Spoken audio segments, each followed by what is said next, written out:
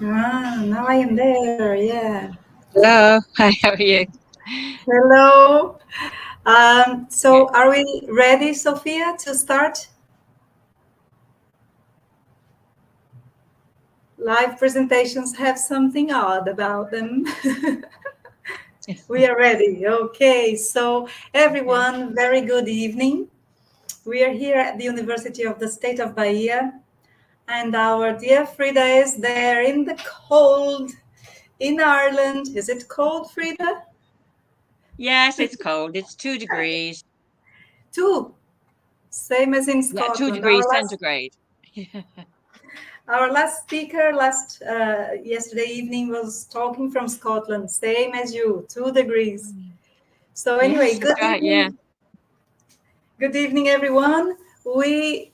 I was just talking to Frida before starting, and I told her that I appreciate very much her willingness to join us this evening because of the time difference, 3 hours difference. So it's early for us, but not too early for Frida, I'm afraid.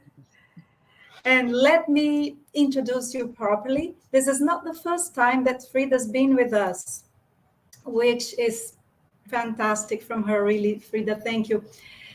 Frida is a University of Limerick Emeritus lecturer with over 40 years experience in TESOL. TESOL for us is teaching English to speakers of other languages. Having taught English as a foreign language in England, Italy, Israel, and Ireland. She moved on to lecture on TESOL Masters and the PhD program, which I was also taking with her. I was lucky enough to be one of her students at the University of Limerick in Ireland. And her research interests and publications are primarily in materials development, which is the field she is going to be into today. So Frida herself perhaps will be telling us a lot better than me, a bit more about what materials development entails. So Frida, will you? I'm sorry, just one thing. And she's editor Yes. of the Mazda Journal. The Mazda, which means Materials Development Association, is a journal that she edits.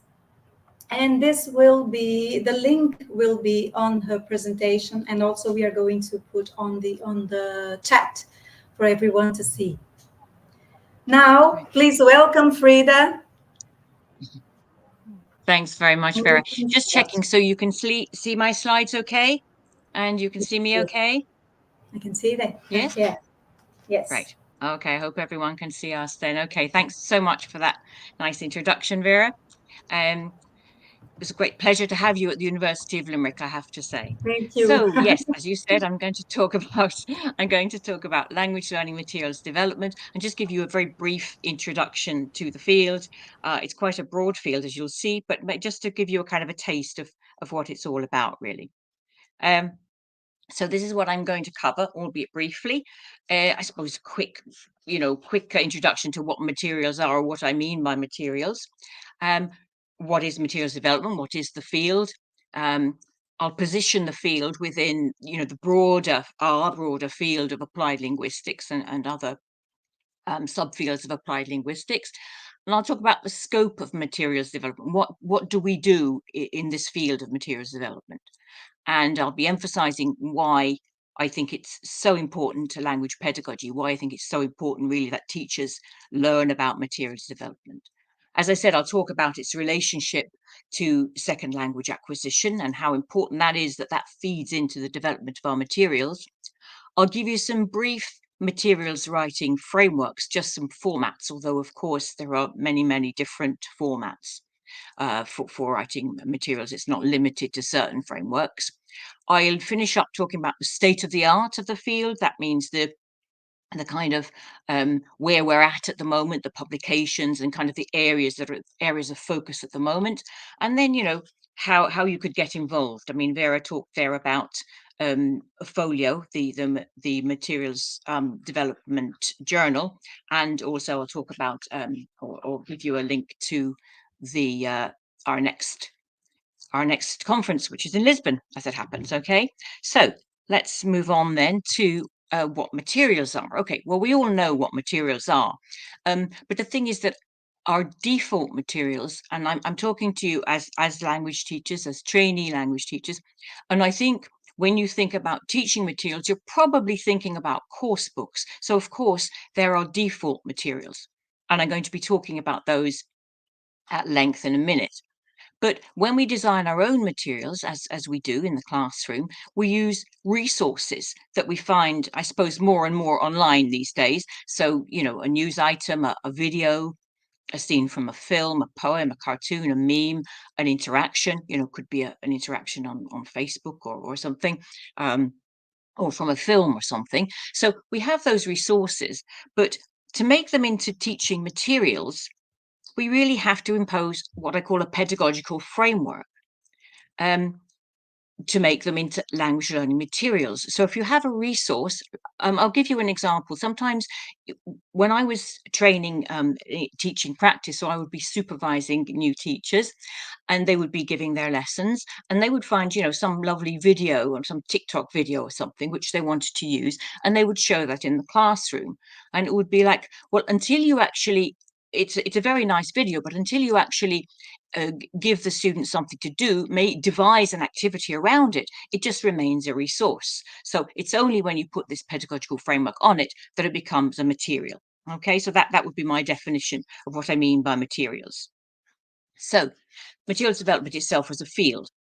So as I said there, it's a subfield of applied linguistics, a very, very broad field, as I'm sure you know.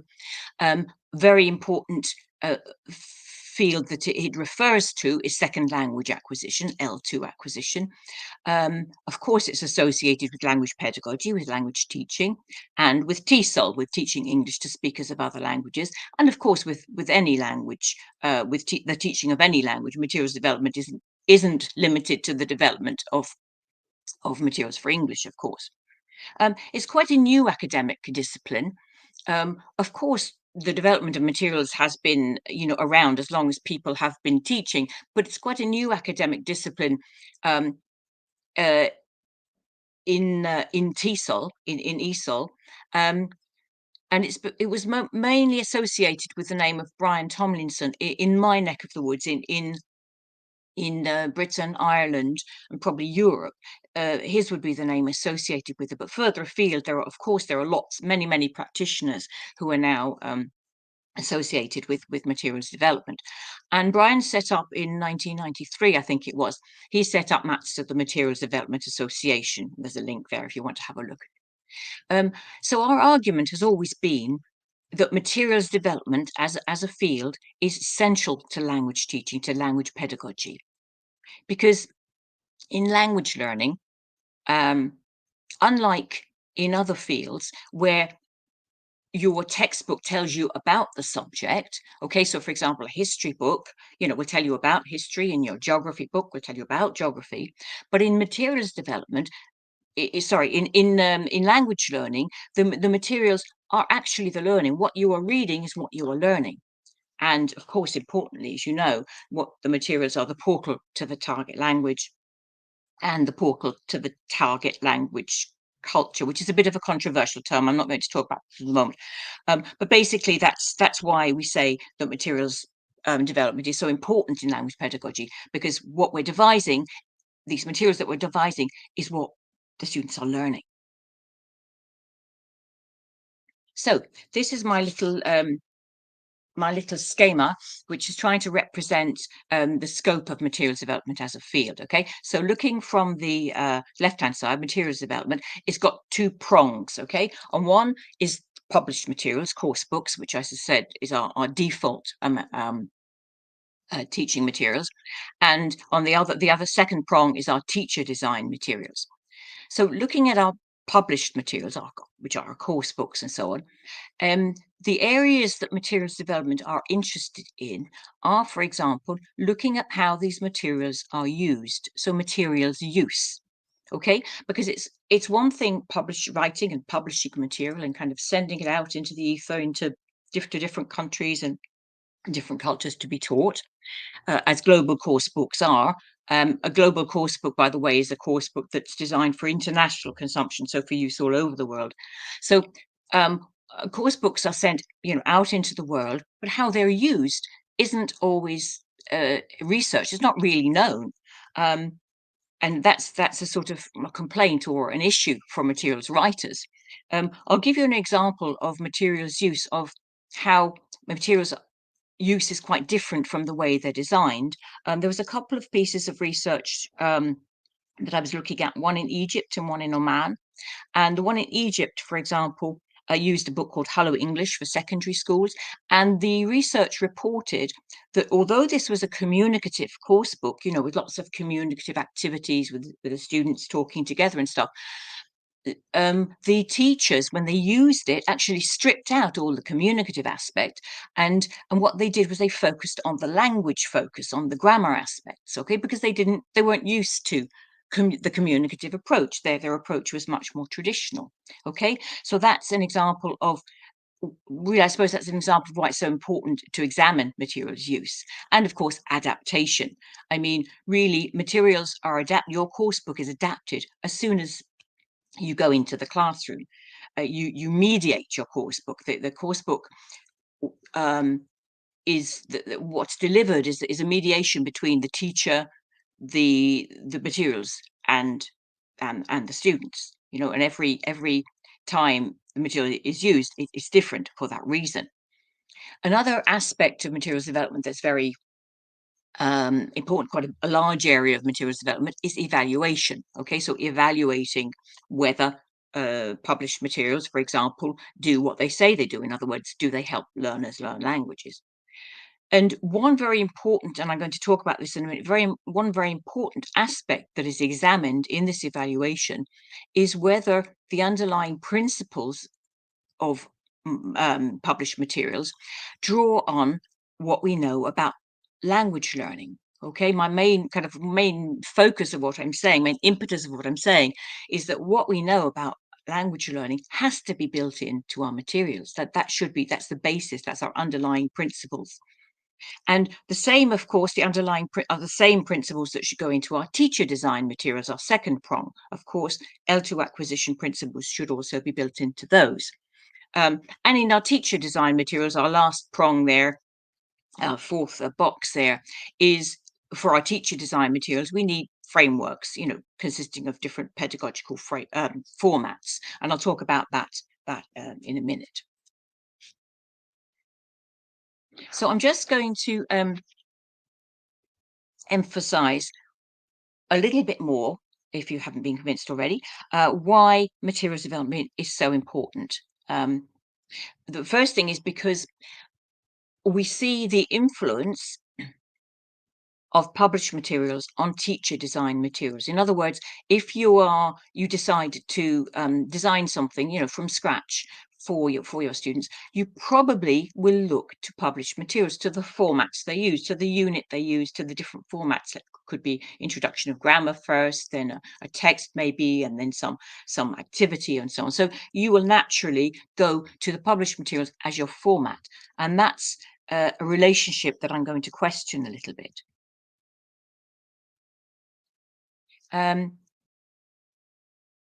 So, as I've just said, the materials very often equals course books, and we're just going to look at this relationship. And Moore says course books are part of the assumed furniture in most second language classrooms. There is certainly course book dependency. Teachers are certainly dependent on course books to a greater or lesser extent. And this is actually another area that hasn't really been largely researched. So if anyone's interested in an area of research, this could be one.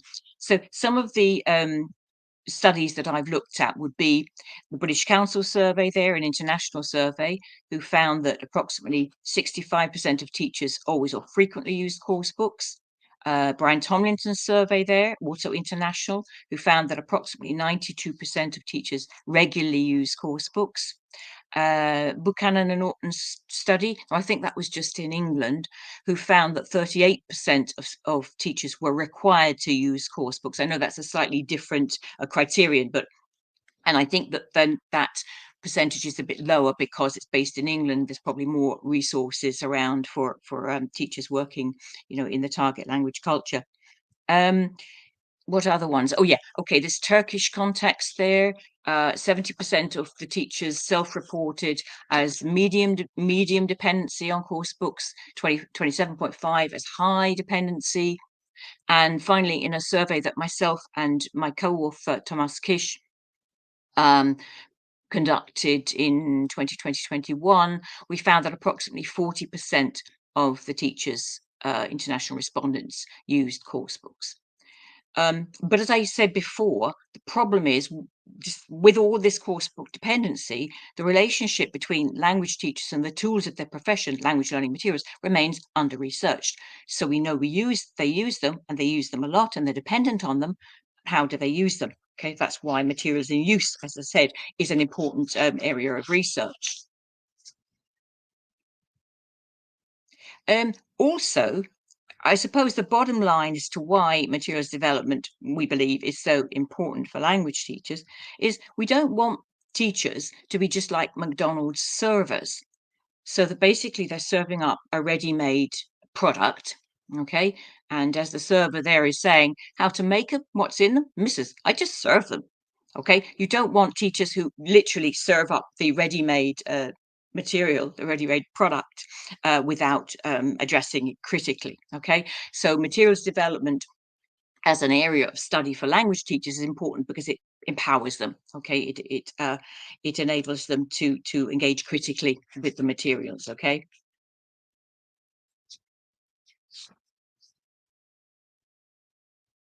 And one aspect is for them to recognize how influential published materials are. Now, again, this kind of statistics and stuff is really from my context, so I'm not quite sure how relevant it is to yourselves, but I'll just present the situation as I see it. Global course books, that's international course books, play a central role in ELT worldwide, and there's a massive existing published materials. ELT publishing industry, the ELT publishing industry is a major driver of the global economy. I'm talking about publishers now. I don't know if you'd recognize them, like Cambridge University Press, Oxford University Press, Pearson Longman, Macmillan. Okay, they would be the ones in my kind of context that publish these global course books. But the problem with success is that it leads to replication. And what we get is a self-perpetuating washback effect, so that the success of the course book means that when you're producing new editions, and of course, one thing in ELT is they do produce regular updated editions, but they're only updated. They draw on each other because they've seen that the course book works. Well, there's no need to change it. If it ain't broke, don't fix it, we say in English. So if it's working, why change it? So all they do is they update it. They put a few new pictures in and update the songs or the issues a little bit, and that's it. So we get to the point that existing materials are the only reference point for the development of new materials. You get a kind of a course book methodology rather than a methodology that's influenced by second language acquisition research. So you get a kind of course book defined pedagogy. And Akbari complained that what the majority of teachers teach and how they teach is now determined by textbooks. So what I'm saying is that there's a conflict of interest, it seems, between a commercial interest, which is ELT publishing, and materials development as an academic field set within applied linguistics and L2 acquisition. And this ongoing critique is kind of well established, I suppose, in the community, that the degree to which course books fail to be informed by what we know of L2 acquisition and the pedagogies derived from this. Okay, so that's one of our main arguments with treating course books about treating course books critically, I suppose. So going back to our little schema, what I said earlier is that this relationship between published materials and teachers' design materials needs really to be questioned. We don't want to use that publishing materials schema and formats and stuff to be influencing our materials. What we want is what we know about language acquisition. Okay, but that's what we want to influence the development of our materials. Now, when I was teaching materials development, one of the areas of the module that we used to spend lots of time on is looking at language acquisition research. And believe me, it's a massive, massive area, and I'm sure you know that. We looked at that and we tried to extrapolate principles from that that we could use to influence the design of our materials. But unfortunately, I don't have the time to do all that. So I'm just going to show you some of the principles that I've extrapolated. Well, it's not just me. I mean, these are quite standard principles within the materials development field. So how we teach and what we teach should be informed by what we know about learning and second language acquisition. So we believe that materials should offer exposure to rich, meaningful language use. In other words, input. We all know that you can't learn a language without some sort of input. And this input, of course, can be student interaction. If you think about task-based language teaching, and I'm going to talk about that very briefly in a minute, the main input there is actually student interaction. So and that's our first principle, first criterion. Second one is cognitive engagement, intellectual engagement, getting the students interested. Yeah. And interested can also be effectively emotionally. I mean, it doesn't mean making the students, fight in the classroom or cry, but it means that there's some kind of enthusiasm, some kind of interest. Critical engagement, getting them to think about whatever the subject is that you're talking about. And very important to offer opportunities for creativity. Alan Maley, this little quote I have there on the right-hand side of the slide, this sad little quote from Alan Maley, who says that creativity is at the heart of learning, but is not usually at the heart of education.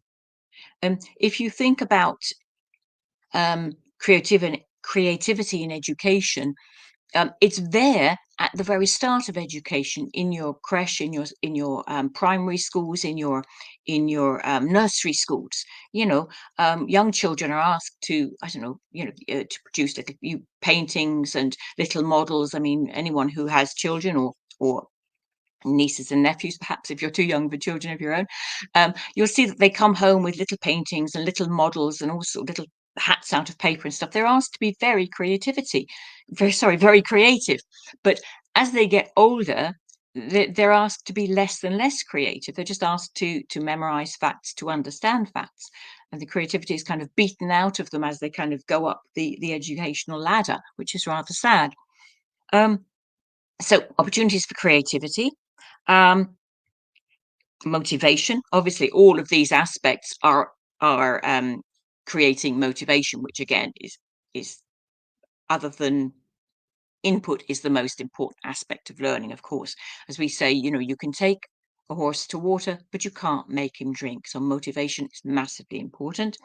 What else do we need? Opportunities for meaningful and purposeful interaction. Well, that's a principle of one of the communicative principles, which I'm sure you're aware of. So opportunities to talk about whatever the topic is.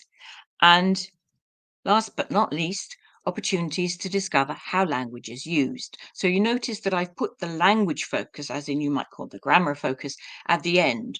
And it's not, is it because it's the last principle, but you'll see how I've incorporated it into materials design in a minute. Okay, so those are our materials development principles based on L2 acquisition. So going back to course books, I'm sorry, I'm still beating course books up here. I suppose we want to ask, do course books incorporate these principles? Do they draw on these principles? Okay, well, I'm now going to talk about PARSNIP. I don't know if any of you are aware of this. It's an acronym. It's an acronym consisting of all the topics or subjects that are taboo in course books. When authors are designing course books, the publishers, the editors will tell them that provide them with a list of things that they're not allowed to talk about. Okay, they're taboo subjects, because remember that these course books, particularly if the course books are global course books and going all over the world. So what are they? What does the P stand for? Unfortunately, I can't do this interactively. Hopefully, you're all thinking politics. And the A stands for alcohol. And the R stands for religion. S for sex. N for narcotics or drugs, obviously. I for ideology or isms, like communism or feminism. And the last P, you wouldn't really guess unless I gave you the clue that these course books are also used in Muslim countries, where pork obviously is prohibited. So we don't want to offend Muslim language users, course book users, by talking about pork. That's the meat from pigs. Okay, so those are the topics that course book designers are prevented from including in the subjects that they have in their course books. Okay, well, if you think about those, they are actually the most interesting topics. They're the sex and drugs and rock and roll. They're the things that actually people want to talk about. So because of this inhibition, course books, being wary of cultural sensitivity, were actually preventing course book writers from incorporating topics of interest to students. Okay, so that's yet another criticism of course books, that there's a tension between the commercial exigencies for international sales and the research findings in L2 acquisition. And Ira Timmis says here that in the literature on materials development, we find proposals for the application of SLA and LT theory to materials development. However, despite the burgeoning literature, it's not clear how much impact these principles have on materials in practice, particularly in the case of mass market course books. Okay, so you'll be glad to hear that I've finished my critique of course books, and I'm going to move on. So I'm just checking the time there. I'm just going to move on to looking very briefly at formats. Okay, formats for developing materials. It's a bit of a black art. Okay, because worryingly, I suppose, for particularly for novice teachers, course book writers, is a creative rather than a mechanical process. There's no kind of exact kind of step-by-step description, really. I will give you some formats, but it's a creative process. It depends on inspiration and on intuition, and it can be opportunistic in the sense that as a teacher, you can just encounter a piece of material that you think, oh, that would be really useful for my learners. Might come across something in a newspaper or something online, and you think, oh, that would be really useful for my learners. So it's kind of opportunistic in that way, and intuitive. I mean, particularly for an experienced teacher, what you do with the material, what you do with the resource is kind of intuitive. So there's all these aspects of materials development, which mean that it's not an easily described process. It's kind of, I like this cartoon here. I think it kind of encapsulates what I've just said there, that you've got all these kind of principles and everything, but really it depends on this creative bit in the middle where the professor is pointing to the bit that says, then a miracle occurs. And he's saying, I think you should be more explicit here in step 2. So it's the step 2 that's quite difficult to capture. But I'm going to try and capture it a little bit. I'm just going to try and give you just 2 formats. You'll certainly be familiar with one of them, that can consist of frameworks for designing materials, okay? One is task-based language teaching, quite an oldie, but a goodie, as we say. And another one is a text-driven framework, which is Brian Tomlinson's design. And both of them, of course, are informed, as you'll see, by our L2 acquisition-based principles. Okay, you're probably familiar with task-based language teaching. This is quite a very old schema, really, Jane Willis's schema from 1996. But anyway, just briefly, task-based learning is is basically what has been called a sleight of hand. You're setting the learners a task, you're asking them to do something, but what you're really interested in is not what they're doing, but the language they're using to perform the task. Okay, so I'll just give an example. Pre-task, where the teacher will introduce the topic and the task. So let's give a task like, building a house out of Lego. So we're going to build a house out of Lego, and going to give you lots of bricks, and you're going to build a house. That's the task. So you might give them some, I don't know, some parameters for the house. I don't know, the size or whatever, the color, whatever. Anyway, so you ask the students to work probably in groups, and they start building their house, and they plan how to do it. And they're talking about this in the target language as much as possible. And they build their house. And during this time, the teacher should be monitoring, should be just seeing obviously what the students are doing, but what language they're using. Okay. And maybe possibly writing down or remembering the language they're using, maybe some errors that they're using, or maybe the sorts of language that they may ask the teacher for. Okay, the students may ask, well, how do I say this, or how do I say that? So the idea is that teachers should try and keep a record of that language. And so after the students have reported on their building of their house, or demonstrated their house or whatever, then finally at the end is the language focus, where the teacher picks up on all the language that he or she has picked up in the monitoring, and focuses the students' attention on it. Okay, so for example, I would think that if you're doing a task like that, the sort of language you might use would be, let's use all the yellow bricks, or why don't we do lots of different colors, or maybe just a modal like could we take all the white ones and put them on one side, and could we use the blue ones for the door? Okay, that kind of thing. So anyway, the teacher has a record of language and focuses on whatever she or he feels is required. And of course, the problem for teachers with this form of task-based language teaching is that the teacher really can't prepare the language in advance, and that is quite a scary thing, particularly for a teacher who doesn't have a lot of experience, to have to on the hoof talk about the language that's been used, and maybe correct learners, and maybe devise some practice. But anyway, that's a format for one format, which, and if you notice, it encapsulates our language teaching principles, our language learning principles.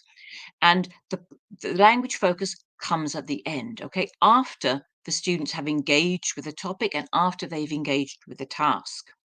And the same thing in Brian Tomlinson's text-driven framework. I've called it input-based because it's based on some input, which can be a text, it can be a video, it can be something just listening text or whatever, and it has the same overall format in that it starts with what he calls a readiness activity, which is basically a warm-up, what we call a warm-up possibly, where you're kind of activating the student's schema about what you're going to talk about. So I'll give you a concrete example. So let's say you're going to look at a text about AI, okay, about artificial intelligence, okay? So you tell the students, okay, we're going to read something about artificial intelligence, and that should activate in their mind the schema. They should start thinking about, or they probably will start thinking about all the terms and the ideas about artificial intelligence that they know. So they might start thinking about, chat GPT, or they might start thinking about robots, or they might start thinking about, I don't know, taking over the world, Terminator or something. But you're kind of getting them to think about the topic in advance. Then the third, it's the initial response activity that Brian has there, whereby the students listen to the text, or read the text, or see the text, and you just give them a small reason, one task to do. Just listen to this and think about it, look at this and just see what you think about what the speaker is saying, or think about, do you agree with the speaker? Just a quick task. And then you ask for their response. So what did you think about what the speaker was saying about artificial intelligence, for example? Then you've got the creative part, okay, where the students can, based on what they've just experienced, they can produce something new. Okay, so they've seen or heard a text about artificial intelligence, and they're asked them to produce something new. So, I don't know, write a report on this text, or maybe go and find something else about artificial intelligence. Okay, so that they're working with the text that they've experienced, so they're using that as the point of departure.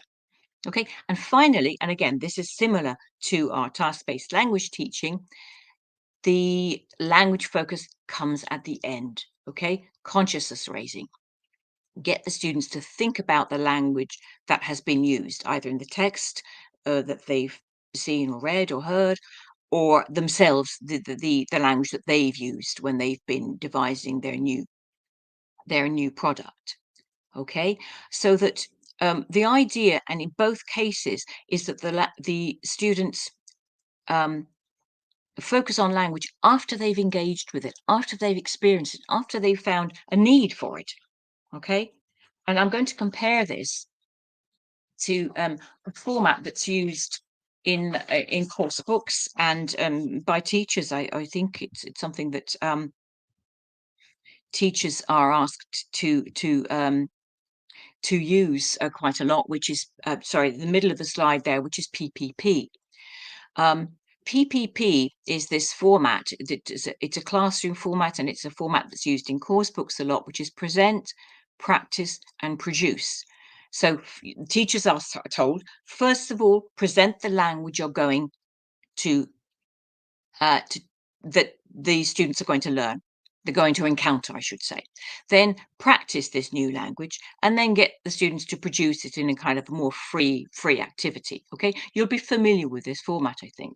Now contrast this to what was done in well, particularly in the last framework, in the input-based framework I just presented. There's no comprehension, there's no testing of understanding. You're just asking the learners to think and respond. There's no right answers, no wrong answers, so that there's no kind of threat. So with PPP, basically, you're presenting language, firstly, out of context, okay? So that rather than doing it in the way that I did, where the learners engaged with the language first and then talked about its function, with a PPP, you're presenting language first. So you're saying, okay, this is language we're going to meet. We're going to meet the word artificial. We're going to meet the word intelligence. And so you end up having to try and explain that word and ask the learners to understand it out of context, which makes it doubly difficult. Okay, so that's why we have this kind of different format whereby the language is focused on at the end. That's just a critique of PPP there, which I had in my book. So I wrote with Ivor Timmis. So basically, I'm saying one of the main underlying principles for materials design, and I suppose really for teaching in general, is respect for the learners, respect the learners, particularly today's learners. Today's learners are digital navigators, digital natives, whatever you want to call them. They're very familiar with using the digital, with working online, with living online almost. They tolerate non-comprehension. You don't have to give them a step-by-step outline of all the language they're going to use. You know, we all have learned to tolerate non-comprehension. We've all learned to deal with a lot of more information than we used to. We're all used to, you know, looking online and finding out the information that we want, seeking information, evaluating it in ways that we never used to. So these new learners are ripe for using slightly more, you know, different kind of principles that I've explained there. So I'm going to just give you an example of a short activity. And it's on ChatGPT. And in this, before I show you the slide, what I did was I went on to ChatGPT and I put in a very well-known song. Google assures me it's the most well-known song in the world. And I asked ChatGPT to paraphrase it, to generate it in a different genre. Okay, I said, would you generate it in I put out an academic genre, well, what it actually gave me was a more formal genre. Okay, so I'm going to show you this ChatGPT's paraphrase of this song and ask you to guess what was the original song that I put in.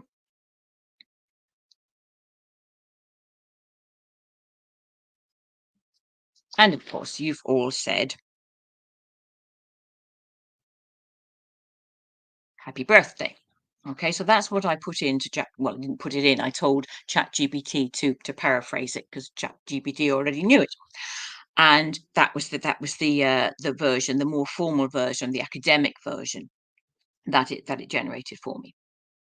So, how can I use this? Okay, this is a very sort of simple task in a way. And this is you could only use it assuming that you're using sorry, that you're working with adult learners who are allowed to go online and interface with ChatGPT. So lots of potential for tasks. Um, First thing I would do is what I did with you is ask the learners to guess what the original song was, and that's the idea there is to kind of you know get you engaged, get you interested.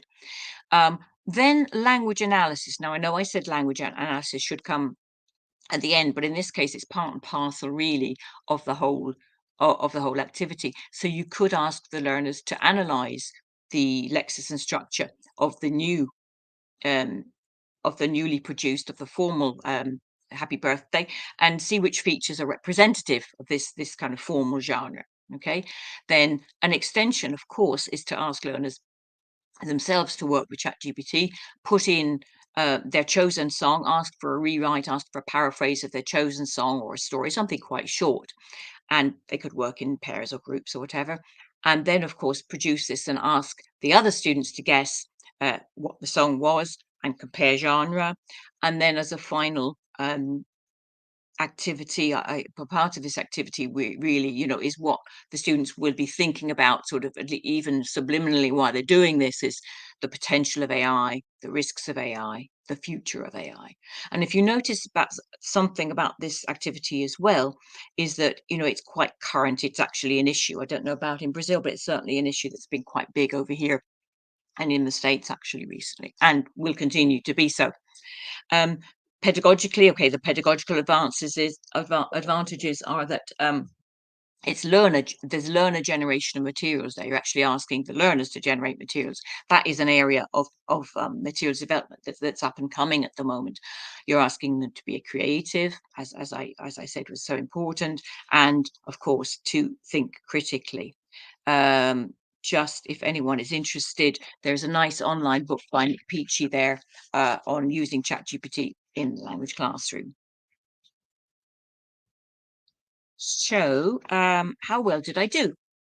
Did my activity fit into these criteria? Did it fulfill these materials development principles? Was it rich, meaningful language use? That wasn't terribly, but it was certainly interesting. I think cognitive engagement, yeah, so sort of fun, interesting, fairly challenging. Critical engagement, I would think yes. Creativity, I think yes. Meaningful, purposeful interaction while the learners are talking about, let's say, what song they're going to choose, and opportunities to discover how language is used. Yes, because that would be comparing the original song and the new ChatGPT version, wouldn't it? Okay, I don't have a whole lot of time, so I'm just going to talk very briefly about adaptation, which is one important arm of materials development. I'm just going to go through this quite quickly, just to give you a taste of how one piece of material could be adapted. Okay, this is a piece of material from a book that as Vera knows, I know and love very much. Headway Intermediate, Students' Book 2019. This is the fifth edition. Now, if we look at this, we can see that there are some nice pictures there, and then there's an activity, and the grammar it's trying to teach or practice is the conditionals. But what I want to think about is how well, in this case, how well the pictures are exploited, because they're nice pictures. I hope you can see this. I don't know how large your own screens. I hope you can see this. They're quite nice pictures, colourful, but actually if you look at how they're used, they're actually only used for learners to match the numbers 1, 2, 3, 4, 5 to the pictures A, B, C, D, E. Okay, that's all they're used for. They're not used for anything else. So I want to think about how we could exploit these pictures in this case. That's my adaptation, exploiting the pictures, because one thing that it has been researched quite a lot and discussed quite a lot is that photographs, pictures, and particularly photographs in course books really aren't exploited enough. You know, a picture speaks 1,000 words, as we said, but they're not really used that much. So I'm going to adapt or repurpose, as I call it, repurpose this piece of material for learners.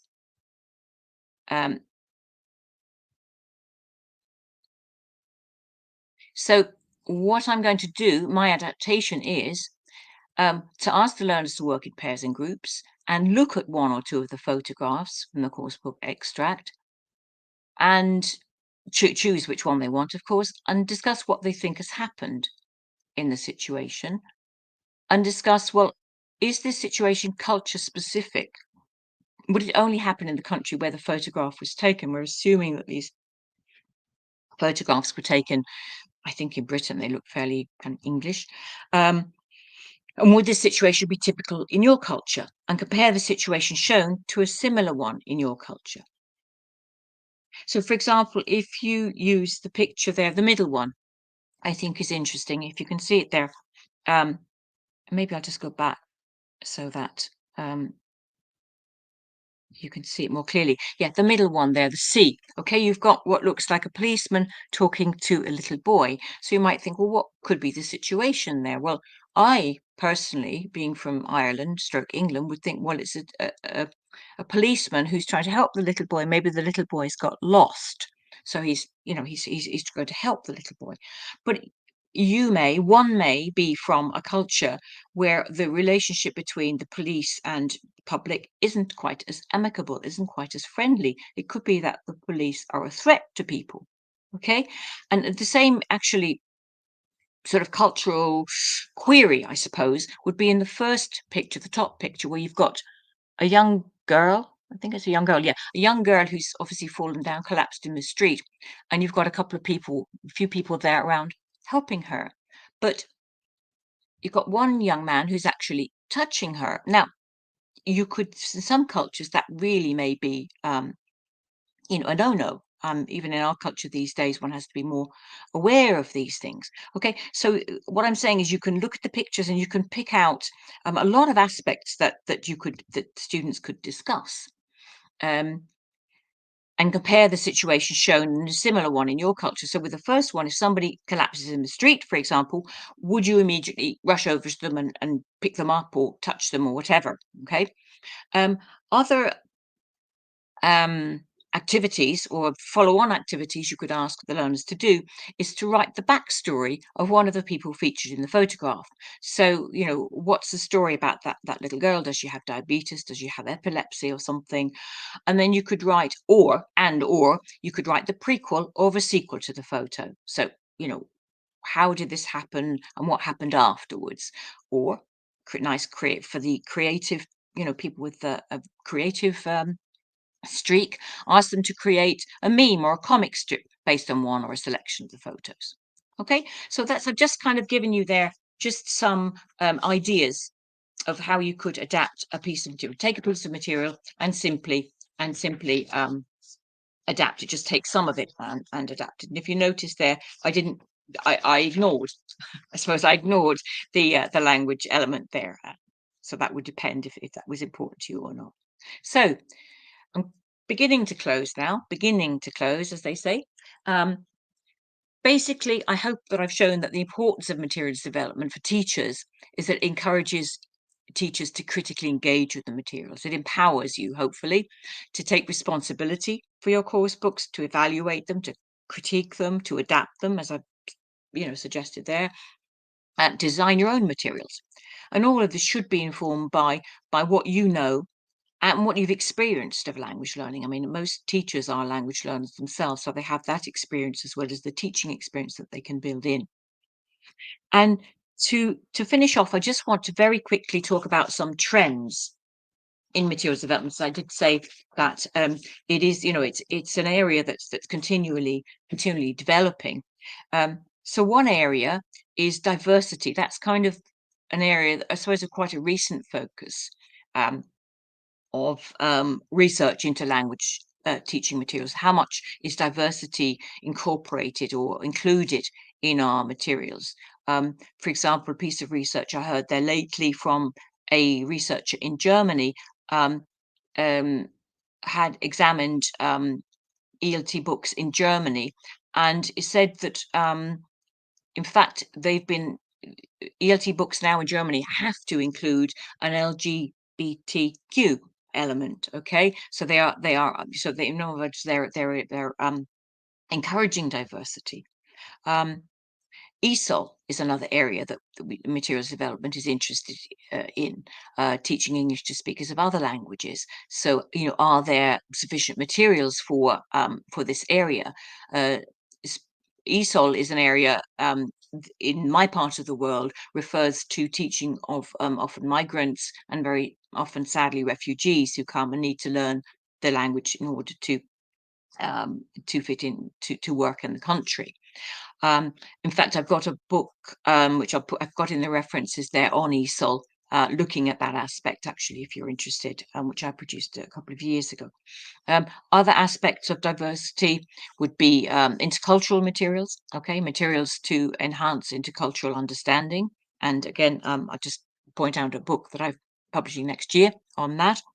What other areas? Okay, representation of different sociocultural diversity in course books. I mean, it's often been said that the people that inhabit course books are, very well off, socioeconomically, well off, happy, smiley people.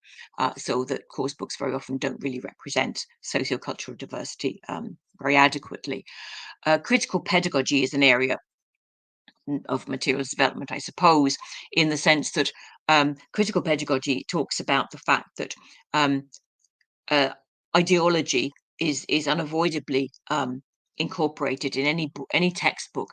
Unavoidably incorporates the ideology of the society in which it was produced. Okay, so people talk about the hidden curriculum. Okay, in materials that are designed, so the values and stuff that are incorporated in course books that we don't even think about really.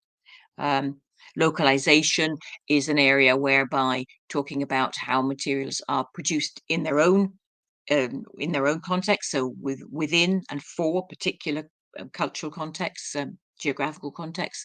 Versioning is another aspect of that, whereby course books are produced. Global course books are produced specifically, are tailored specifically for a context. For example, there is a Spanish version of Headway, this international course book, and a Polish version too, I believe. Another area, of course, is the digital environment, and of course, there's masses of material, masses of research into the use of the digital for devising materials. Mobile learning, which you learned all about with Martin yesterday. AI, ChatGPT, an up-and-coming area, which I mentioned just now. Corpus-informed material. Corpora are, in case you don't know, are massive databases of language.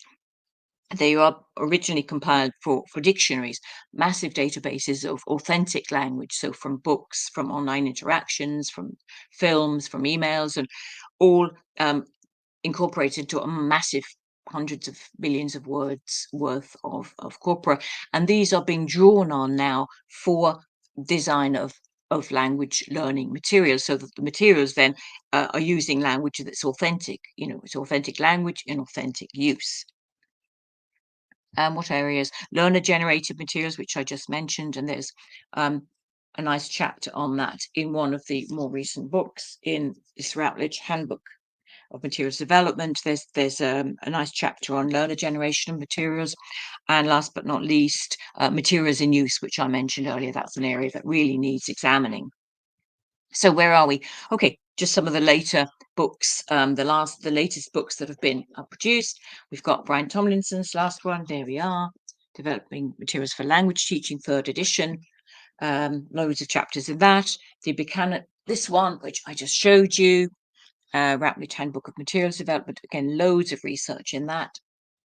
But if you want a sort of a guide or more like a workbook, I suppose, for materials development, the Tomlinson and Masuhara 2018 and mine, Mishan and Timmis 2015, both of those are kind of handbooks for materials development. And two that I mentioned very quickly earlier are the ESOL provision in the UK. That's a volume of contributions about ESOL, and my latest book with Thomas Kish on developing intercultural language materials, which will be on the shelves next year. Okay, other ways you can interface with materials development. There's a link to Matster there. There's a link to Morsig, which is the materials writing special interest group of IATEFL. They are very active. I would recommend you go to that link and look at their workshops. They run workshops very regularly. The same with humanizing language teaching, HLT. A lot of workshops that very interesting workshops there. Muse, materials in use, which I mentioned earlier, and of course, our journal Folio, which I happen to be editor, as Vera very kindly said. So there's our last cover. We'd welcome contributions to that. We welcome contributions from students and early stage researchers. If you look at the last three, and if you could see, the last three are called materials spot. So they're basically materials that teachers or researchers have wanted to share with the materials development community. So there we go. Of course, please come to Lisbon. It's in June. It'll be lovely.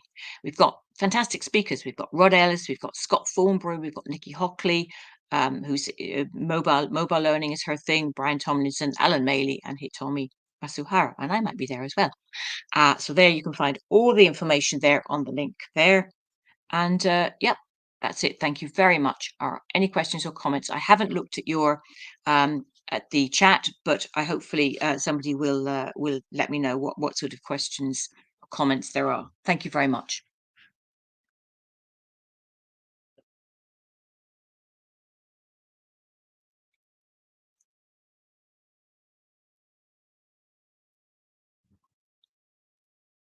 Hello, are there any questions or comments? You hear me? Hi there, I'm back. We do have some questions here for you, Freda. Good. It's not time for you to have your second cup of tea of the day. I think so, yes. I'll just have some water meanwhile. So let me see here. Oh, I can see them now, yeah.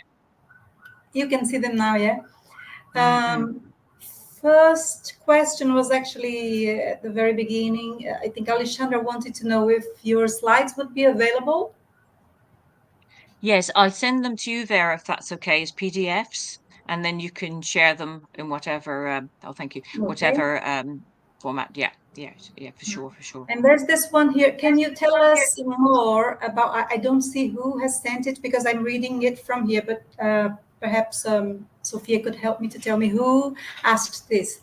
Can you tell us more about the Mazda journal? Oh, for sure, yes, Folio, because I'm the editor of it. What can I tell you? We do encourage contributions, as I said that just now, from early stage researchers as well as experienced researchers, of course. I mean, we've had a whole range of people, from Brian Tomlinson, Alan Maley, a lot of kind of well-known names. But we also like, I mean, that's what makes us different from other journals. We also like contributions from students. So particularly the materials spot, as I said just now, is shorter articles whereby the contributor gives us a piece of material and it just gives us tops and tails. It gives a little framework, just the rationale for, let's say, the rationale for its development and so on. Right. So yeah, I mean, it's not. I will have to say it's not peer reviewed. So if you're looking for your and that kind of thing. It isn't, because we wanted to keep it at the level whereby students can contribute, Very so that good. it's quite there's a big variety. And yes, it might just send me an email. Send me an email. My email will be Very, there, very and good. just Good to send me an know, yeah, invitation. Yeah, because yeah, we do work with together with our students, and we like to ask them to produce, yeah, to incentivize them to produce. yeah, Now yeah. we've And got yeah, well, yeah. another question to you. Should teachers, sorry, I didn't say who posed the question, guys, just because I wasn't reading from YouTube, I was reading from our private chat here. Oh, okay, yeah, Um, yeah. so the second one is, should teachers just skip parts of textbooks that are somehow not good or not appropriate? Just skip it? Well, I'm not going to say yes or no. This is where you've got to be kind of critical about your course book. But it also depends on your context. I mean, in some places, your teachers really are obliged to teach the whole course book, and that's quite strict. It really depends on your context. If you've got flexibility, I would suggest, yes, that I would um, choose what is relevant, what I think would be relevant and interesting to my students, and maybe adapt what isn't.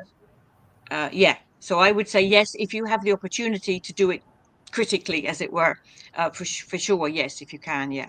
You can skip it. I do remember something related to our work at the university. We do adopt a book. We always have a book because we have maybe I think eight different semesters for language learning. English, of course. Yeah, we Mm, have English, mm. Portuguese, and Spanish at the university. So we do adopt one of these famous books. We've changed. We've used some different ones, but normally keeping to English file or headway, the Lovely. regular ones, the Wonderful. most famous You ones. know how happy that makes me. I know, I know. The problem with, you said, the problem with success is replication. That is very Yes. interesting, yeah, because it, Yeah, it yeah. really feels, even if you change from one, let's say, headway to English file, you will find something very similar, really, in terms of content Mm, and the display, the layout.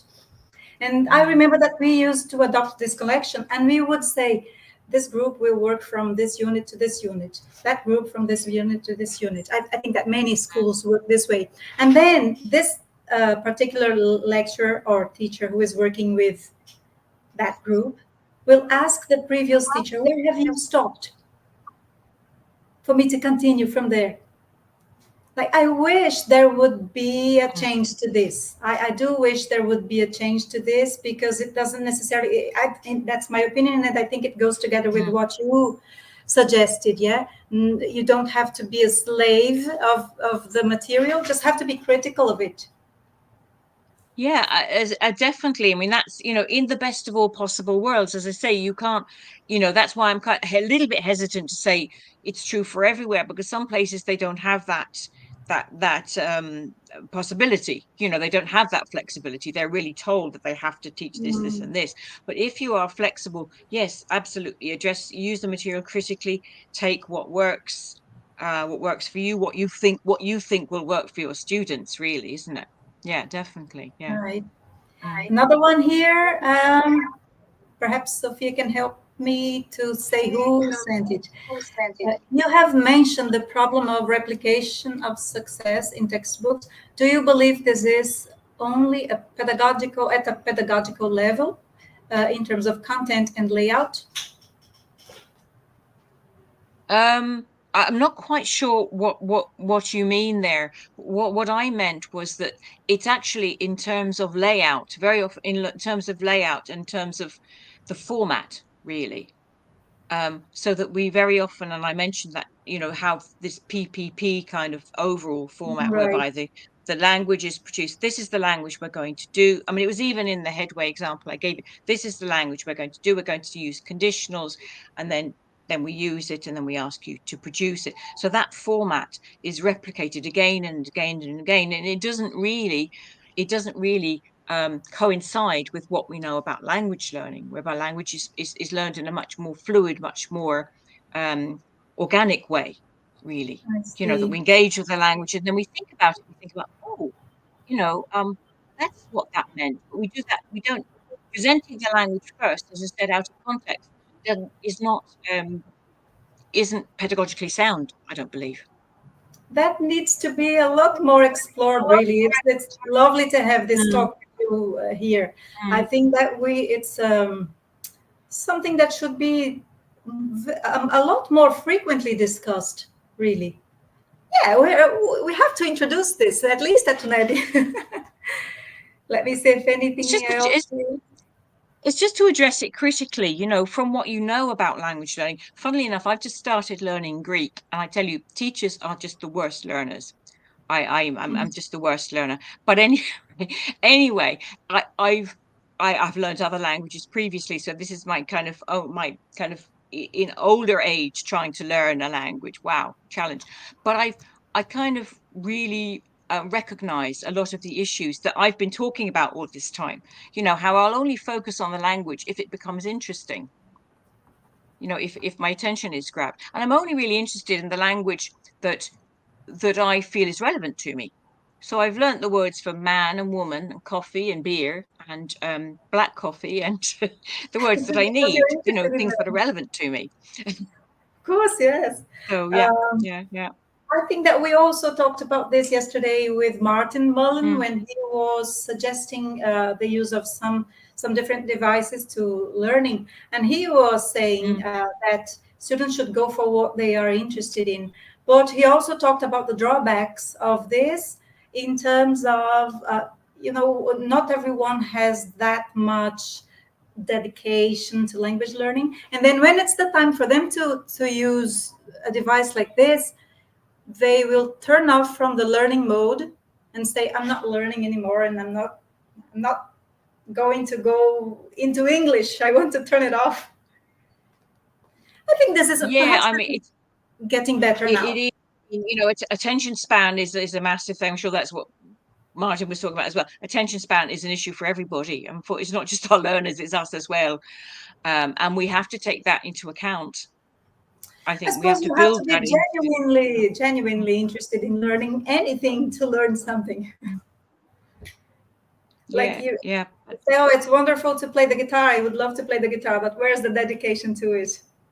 Yeah, of It has to course. be Yeah, I mean, dedication. but you see, there's a motivation or an incentive if learners are learning, for their professional, for professional advancement or something, they will learn because they have that motivation.